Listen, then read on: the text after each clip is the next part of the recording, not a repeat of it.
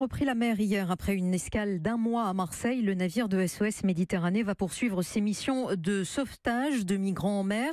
Récemment, les ONG qui viennent en aide aux candidats à l'exil ont été accusées par le gouvernement italien et Emmanuel Macron de faire le jeu des passeurs. Régulièrement, leur présence est utilisée par les réseaux crapuleux pour prendre en charge les migrants en détresse. Théo Manval. Dans son refuge solidaire à Briançon, Philippe Vion connaît un soudain pic d'appels l'hiver dernier. Des migrants en détresse dans les Alpes qui demandent l'aide de son ONG.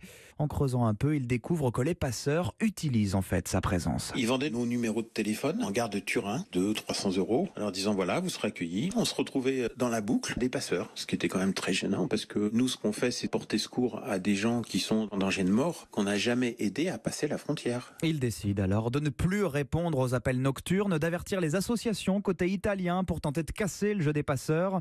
C'est le même défi qui se pose en Méditerranée depuis que les embarcations qui pouvaient réussir la traversée ont été remplacées par des Zodiacs à peine bons à sortir des côtes libyennes avant d'appeler les secours.